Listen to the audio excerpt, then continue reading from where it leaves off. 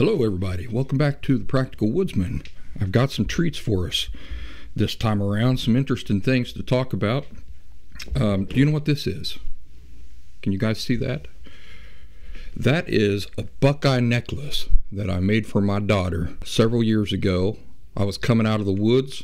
Actually, I was coming out of that. It was that occasion where my friend almost went into heat stroke, and we had to shortcut out.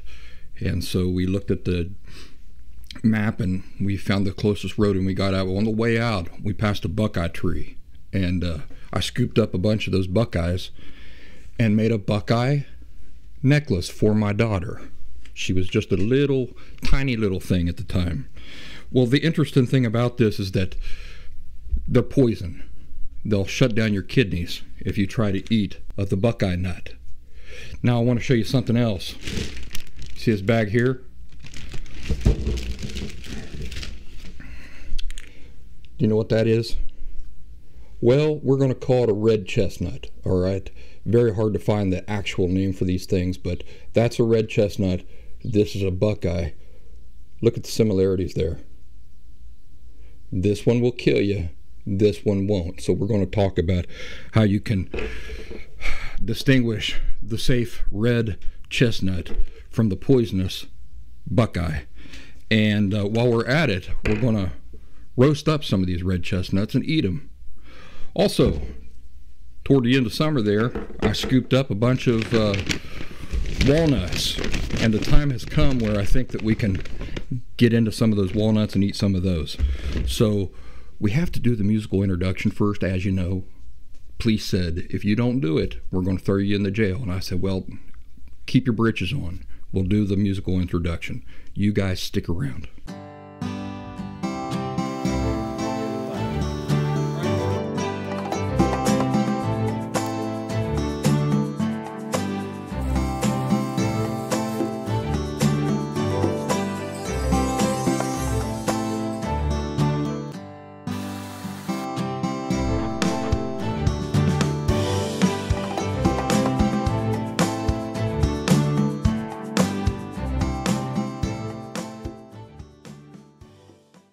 Well, folks, winter is in full swing around here, and I've got a fire in the wood stove back there, which is going to come in handy because that's the way we're going to roast these red chestnuts.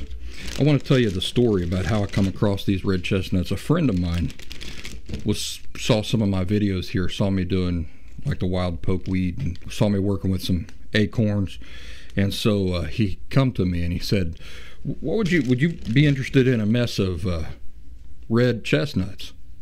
I said, well, sure I would be. He said, I'm curious, how do you think you'd prepare them if you were going to prepare a red chestnut? And I said, well, you know, I'll have to look into it, but I think probably the way I'd go about her is to roast them. And he said, well, the reason why I asked you is because I saw somebody else do it, and that's the way they did it. So we're going to do that today. What we'll need to do is we'll need to cut the outer shell to allow room for the nut to expand, the moisture inside to expand and everything, and for those to roast correctly. And then we'll put them in a pan. We'll set them right back here on the wood stove. And by the end of this episode, we should be able to eat them. When he brought this bag of red chestnuts to me, I said, wait a second. Those aren't chestnuts. Those are Buckeyes. He said, no, they're red chestnuts. I said, well, how can you tell? Because they look like a Buckeye to me. He had a picture on his phone of the tree, but it was at a distance. And later when I said, could you show me the leaf of that tree? It was already too late in the fall. He said all the leaves had fallen off the tree. I tell you, this is the sort of thing where you got to be really careful. I mean, I know people intend well and everything, but you want to be absolutely sure that when you've got these lookalikes like this, right here's the Buckeye, right here's the red chestnut, as we're calling it, you want to be absolutely sure you know one from the other. So finally what it come down to was I asked him, when you were picking these red chestnuts, was it one nut to a hull, or you know, a shell, or was it many nuts to a hull? And he said it was many nuts to a hull. And so that was the giveaway right there.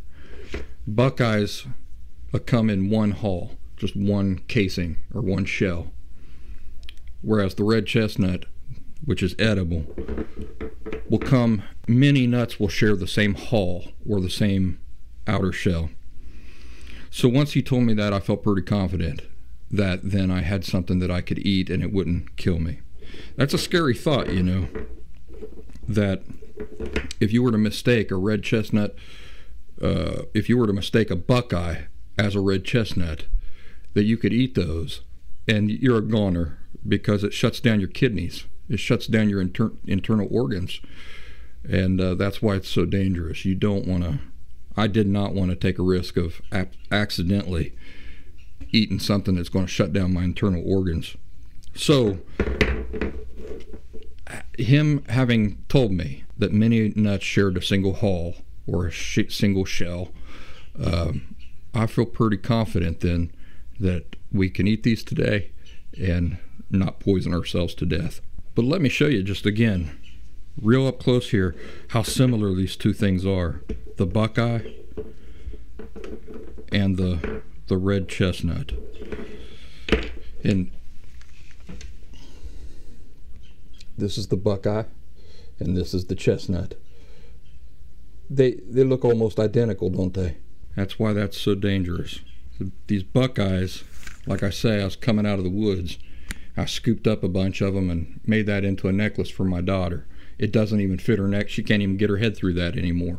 That's how young she was. So I'm looking forward to seeing how these chestnuts turn out.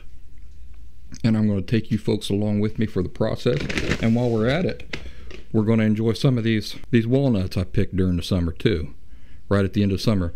The way you want to do walnuts, the way we did them growing up out in the woods, was my dad would have us go down the road and scoop up a bunch of them and throw them into a black trash bag.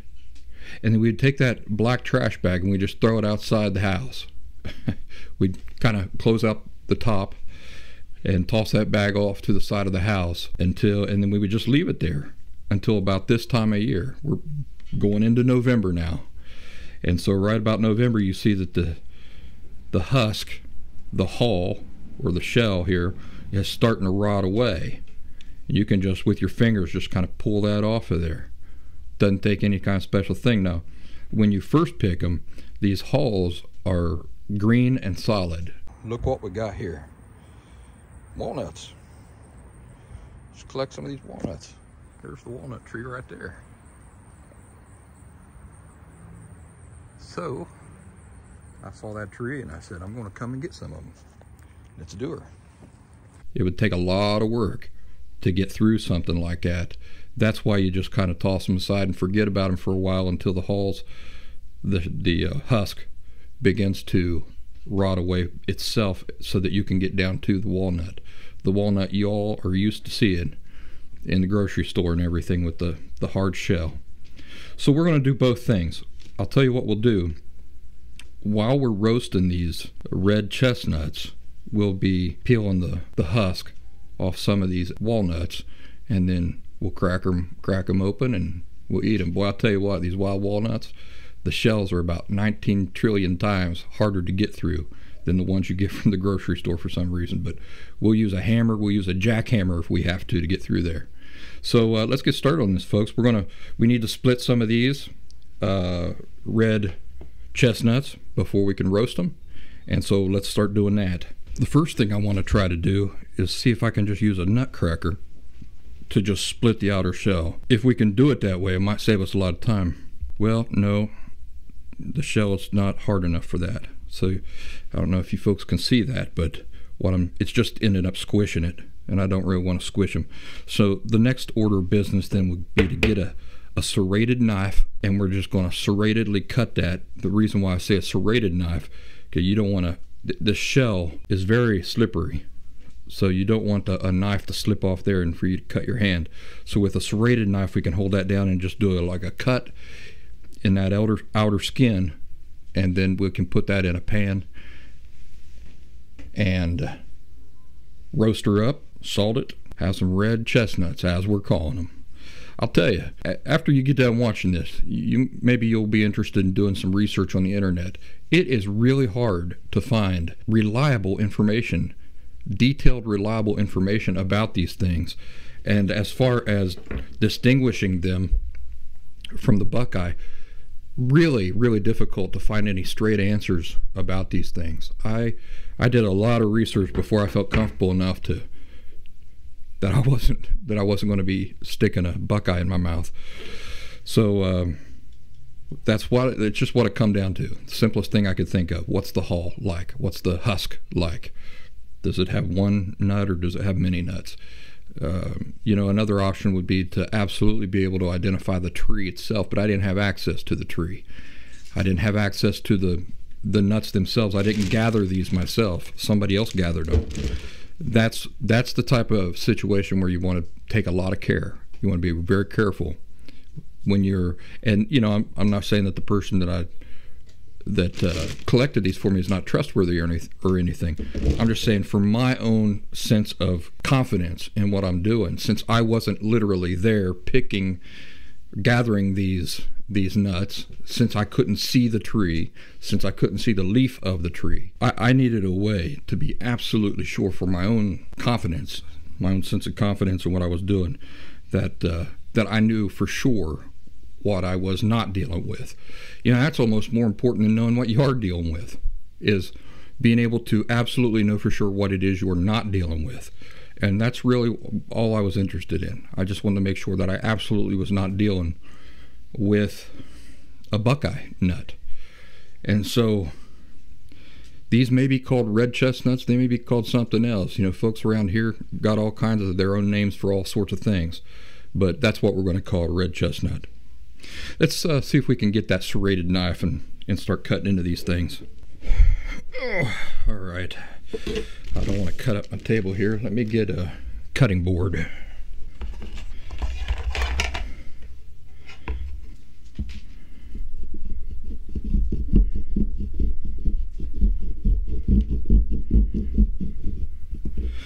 I'll tell you what we don't want to do is, there we go, look at that. So if I squeeze that, you see the nut start to come through. That's all we really want to do. We just want to expose that nut. And then we're going to let it roast like that inside the shell. All right, let's do a bunch more like that. When I'm doing this, I don't really want to cut into the nut. Can you see that? I don't want to cut into the nut. I just want to cut through the outer skin.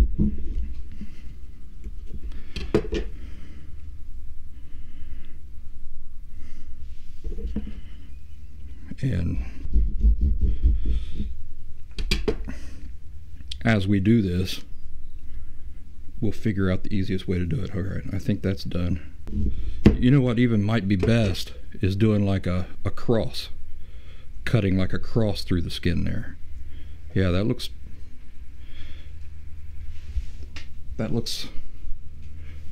like maybe the way to do it, to cut like a cross in there. I'll tell you, you gotta be careful with this.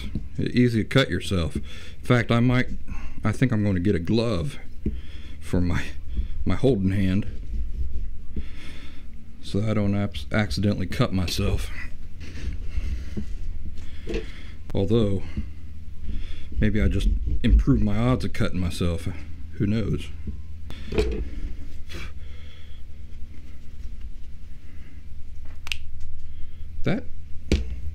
That cross technique seems to work pretty good.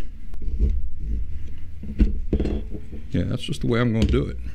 See, we're already getting better at this.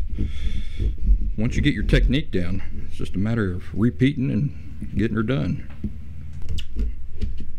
Some of them cut through a lot easier than others do. That's incredible.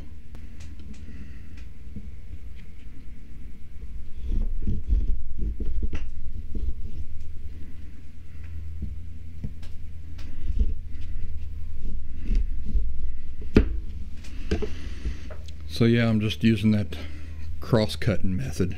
I just I just cut a cross in there, and I don't really split them. What I reckon is going to happen is once we start roasting them, they're going to expand, and then once they're roasted, they'll be easier to pull out of there, to pull the shell off, and so on and so forth. All right, let me give you a look at these chestnuts here. I've just cut an X into them, or a cross. I don't know if that's showing up there on the camera, but that's what I've done here. Here's a good one where you can really see. And I've just cut through the outer skin there, really into the nut. Now, I'm not going to do all these. All we need is enough to roast and see how they turn out. I've never done this before, so this is a new thing for me. Now, I'm thinking we can roast them on top of the wood stove, or we can roast them within the stove. And I'm wondering if we don't take a pot and just put it inside the mouth of the stove where the fire is, where it would be easy to get out, if those won't bake inside that pot. Yeah, that might be the better way to do it. So let's do that. Let's see if we can do that.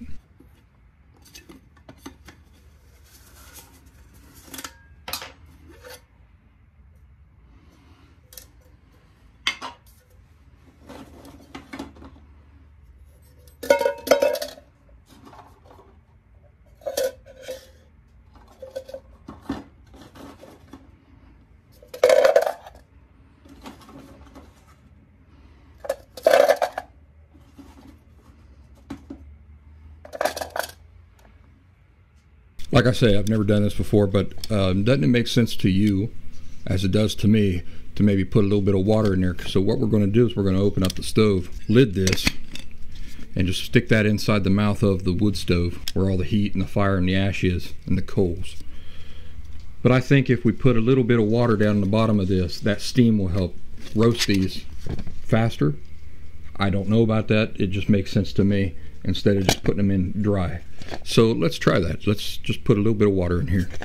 Well, got some water right here. Not a lot, just a little bit there in the bottom. Just a little bit in the bottom. You know, kind of like a crock pot. But instead of making a stew, we're just trying to roast these things. All right, now let's get our handles out. We want to be able to make sure we can get that out of the stove pretty easy.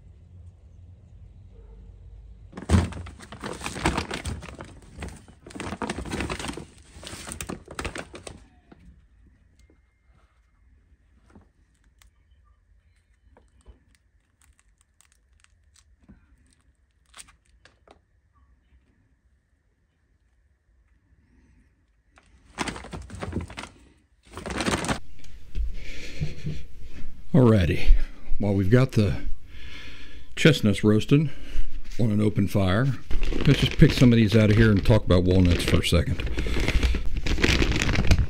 Now,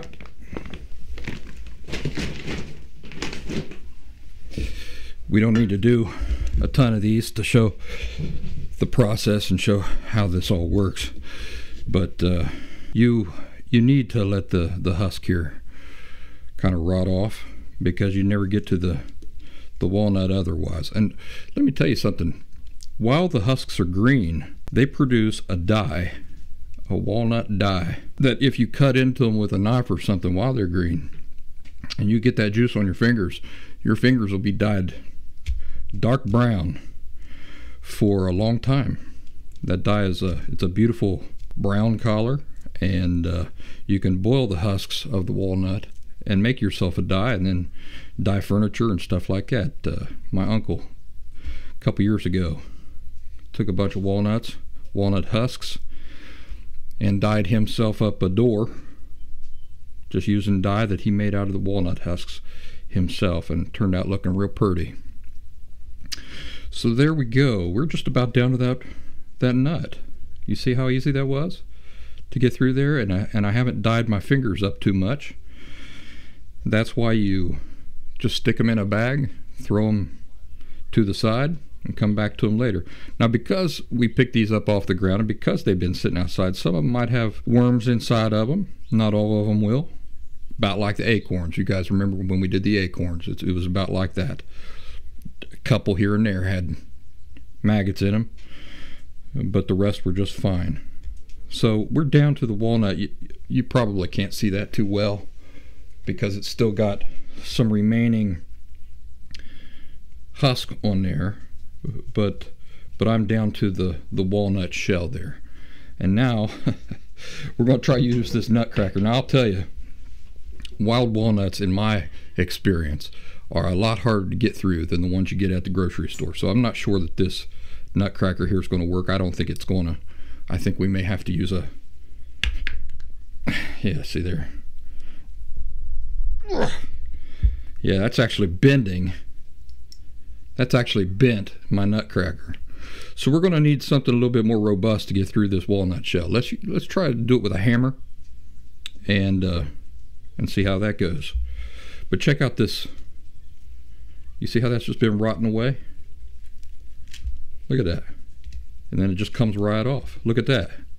That one was actually easier than the first one I did. There you go. You're down to the walnut.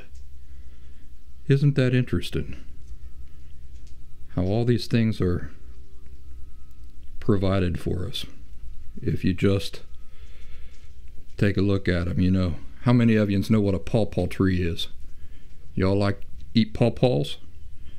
Well, they're probably they might be growing all around you, and you just never knowed that you could eat them. I personally love the pawpaw. It's kind of like the Appalachian mango. Although, do you know what we call mango?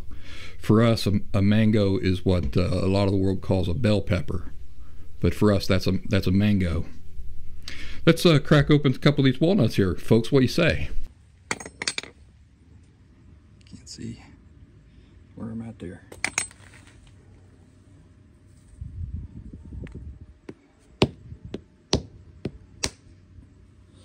Look at that. Didn't even have to use my hammer. Use this rock here. Check this out. Look at that. All that fresh walnut meat in there. Looks perfectly fine. Let's get this back inside and take a look at her.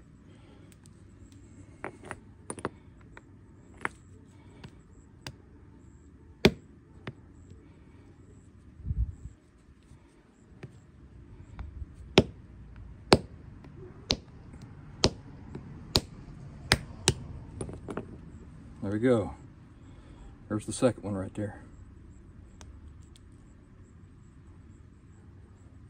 Where's all the meat? Where's the beef? There it is. There it is. All right, let's get this inside and take a look at her. Go ahead and take a look at our chestnuts and see how they're doing while we're at it.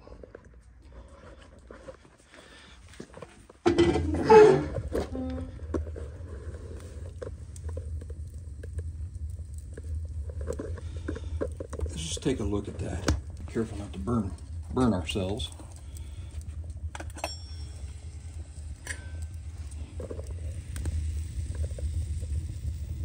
So I'd say they're coming along. We're gonna leave them in there to roast a little bit longer. That's hot. I'll tell you that, boys. That is hot.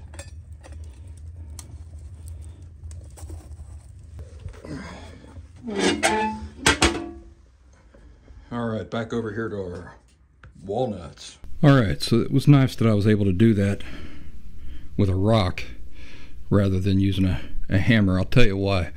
I always like to use things that, if possible, that I might have access to actually out in the woods if I can, rather than cheating and using things that I would not have. So here we go. Here's a walnut. It's pretty meaty. I don't see any worms in there. It looks fresh. You see the meat looks nice and fresh, just like you get from the store. Let's pluck some of that out of there. There we go.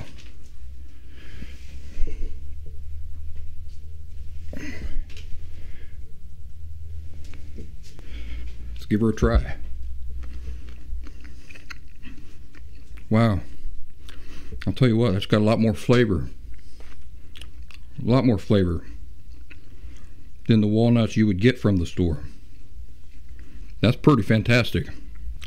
That's great.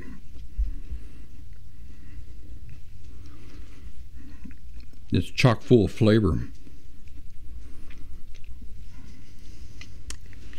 And I'll tell you something else. I'm starting to smell those chestnuts in there roasting. They smell pretty good. There we go. A lot of delicious meat inside those. Free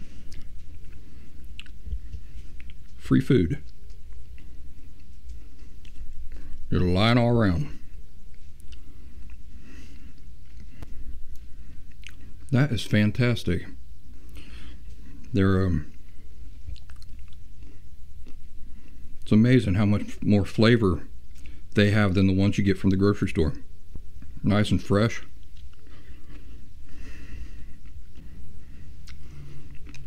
I know a lot of folks don't like to put in any work for their food, but I'll tell you what. One thing that's nice about the shelling and stuff like that is it's something you can do on a porch or sitting around a fire while you're wrapped up in conversation with other people. It can be like a communal thing, you know, a socializing thing. Keeps your hands busy. And it's a lot of pleasure in doing things for yourself like this. You know, putting in your own work to get the nuts out. And like I say, you can do it while you're hanging out with friends around a fire.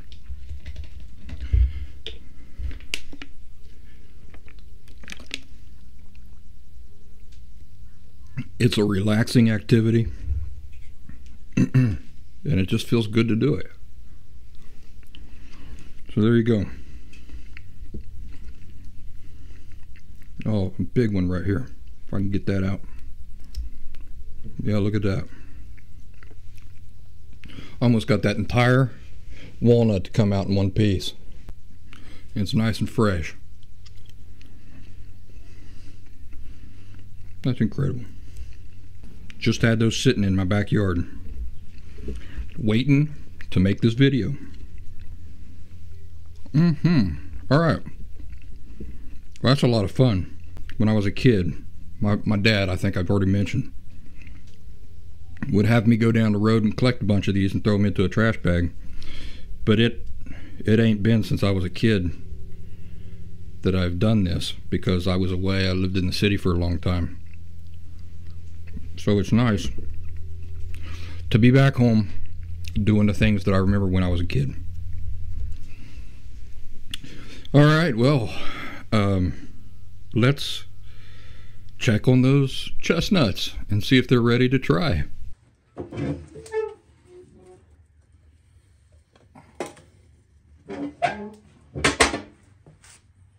Oh yeah, there's a really nice smell coming out of there. Look at that.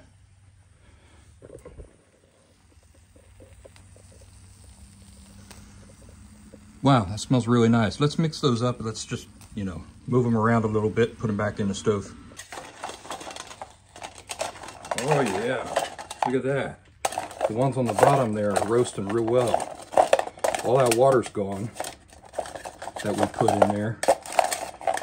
They're roasting up good. Look at this. See that? See how that's flouring out? That's what I was hoping for.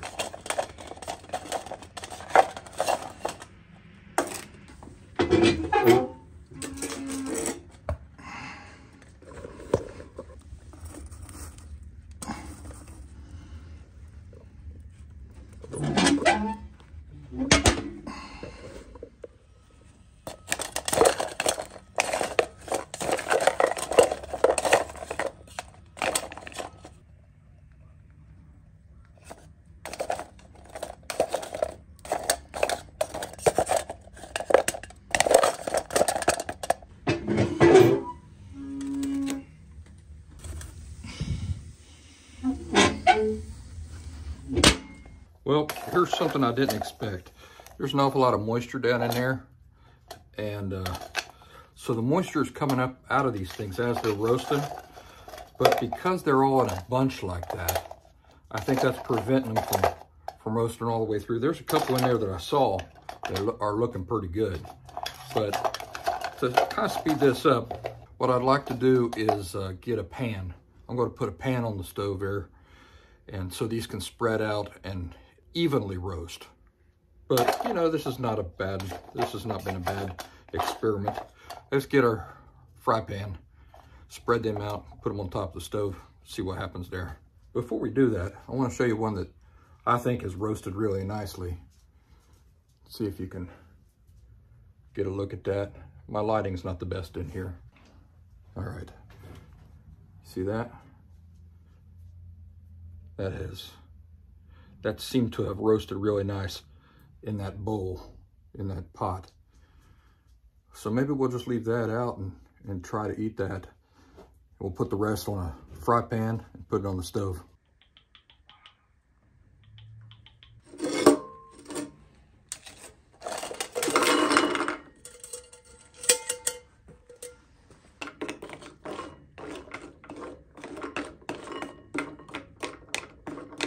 All right, so while we've got those on the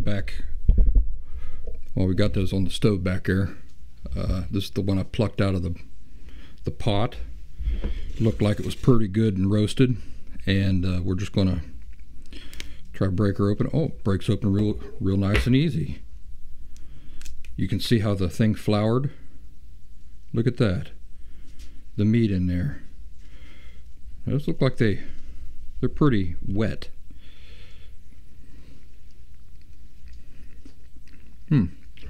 I tell you what, that tastes like a bread. Kind of like a moist bread. Meaty in there. Moist and meaty, like a bread. Hope you guys can see that all right. Of course, I'm going to get some salt. I want to see what they're like with salt.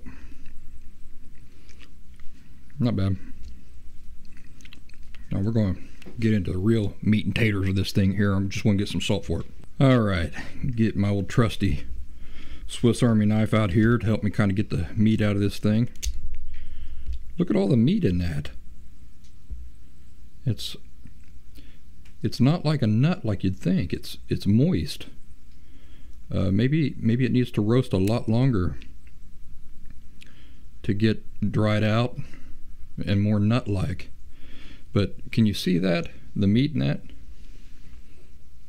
I got two cameras set up to help that along. Let's see what we can do here. Peel some of this away.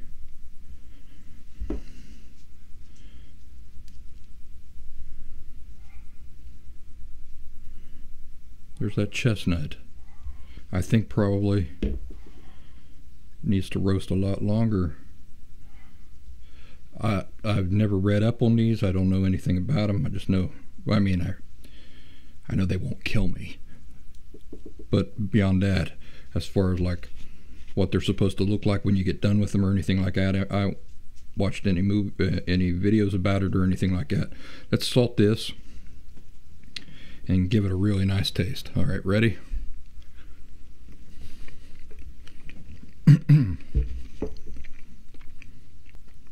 It's not bad. It's like a mush. It's not crunchy like a nut, like you'd imagine a nut. It definitely doesn't have a bad taste to it. Not bitter at all or anything like that. I'm not sure I like that consistency. I was hoping for more of a hard nut. Well, let's see how the ones out in the fry pan turn out.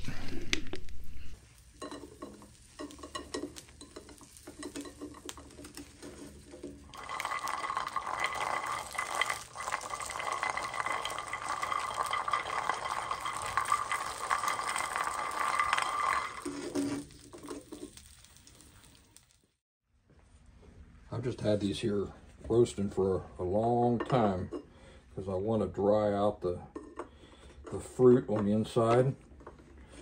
Last time I tried them, they were still kind of moist, so it looks like we're getting there. And I've just had them sitting on top of the stove here, drying out. We're ready to check them here real soon. But, you know, this has been an all-day thing, roasting these. I thought it was going to be something that we did in an hour and be done with it. But no, this has taken hours to dry these out, to roast them properly.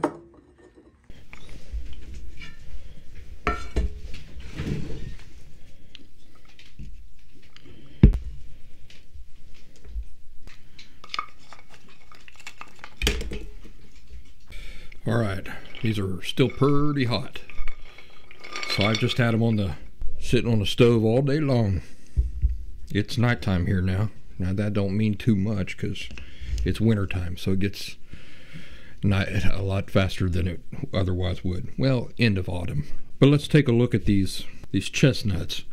I will tell you this, when I've had these baking on the top of the stove there, just frying on the top of the stove all day long, they've created a really wonderful smell in here.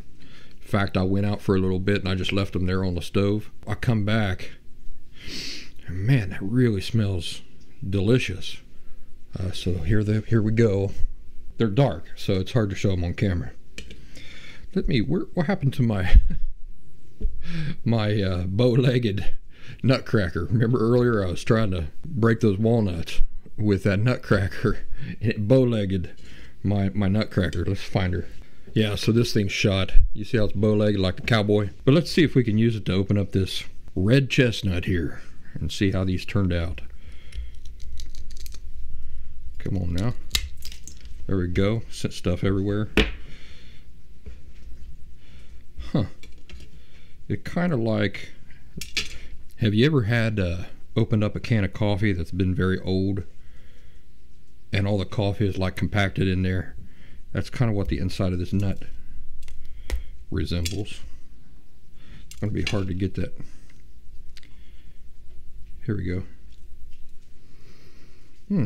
That smells delightful. That smells really good. I know it's not beautiful like you'd expect, but let's see what it tastes like.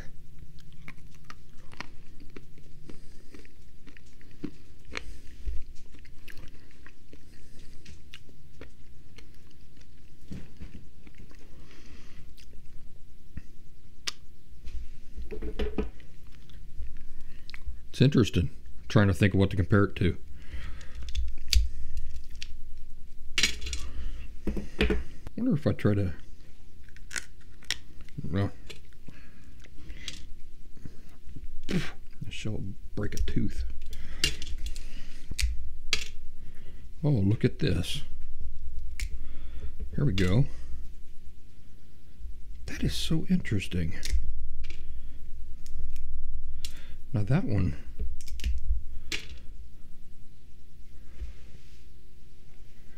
there, I can tell is still moist in the middle. You see when I press on that, it's hot too, but it's like bread. When I press on it, it's not hard like the typical nut. Let's see if we can pry that out of there. and keep it mostly intact. Interesting. This whole experience has been really interesting. It's like bread. Even though I've had it roasting all day long, that is hot as can be. Can you see the meat on that? See if we can get that. But it does smell good. It's just moist. It's I'm not a big fan of that consistency for like a nut. But let's try it.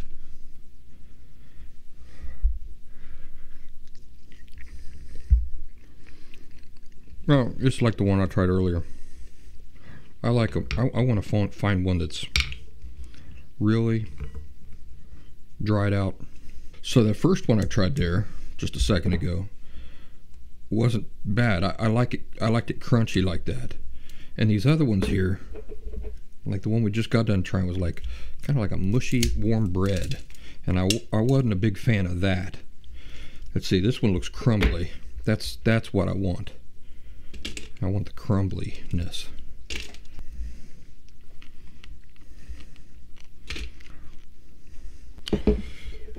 Well, I'll tell you guys, this has been fun and everything, but I don't think I'm going to be doing this anymore.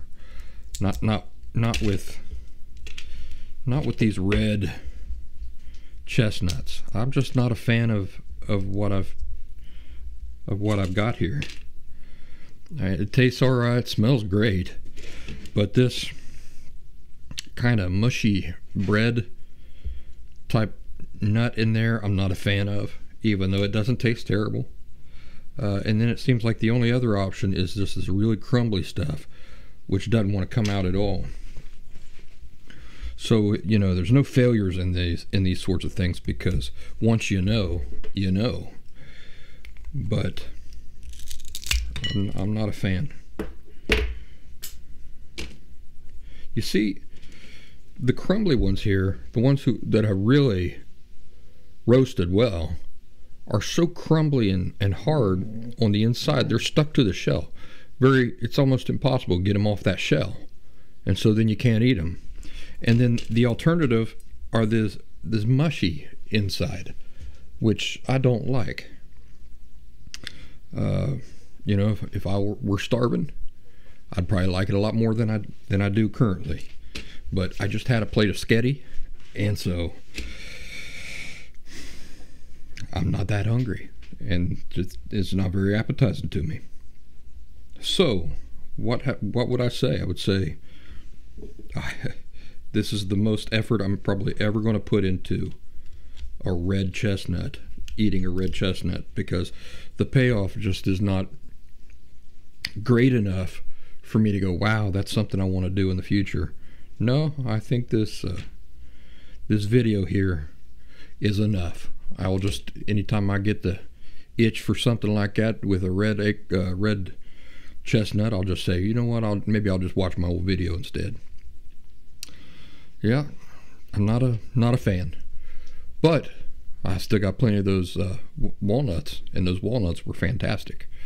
So there's the show, ladies and gentlemen. I hope you enjoyed this, and you know, maybe it's something you would like to try. I mean, I at least now know what they taste like, and like I say, they don't taste terrible. It's just, you know what is a lot better than these? Acorns. Just frying up acorns in a pan. Those I actually do enjoy very, very much. They're tasty, and I love them for various different uses. But these, not so much. So there you go. We've all learned something, haven't we? And that's what it's all about. Folks, thanks for joining me right here on The Practical Woodsman. I'm Rut, of course, the creator and host of The Practical Woodsman. That's right. It's my genius which has brought this all into existence. I've appreciated you having you along with me while I did this. You folks take care, and I'll see you next time.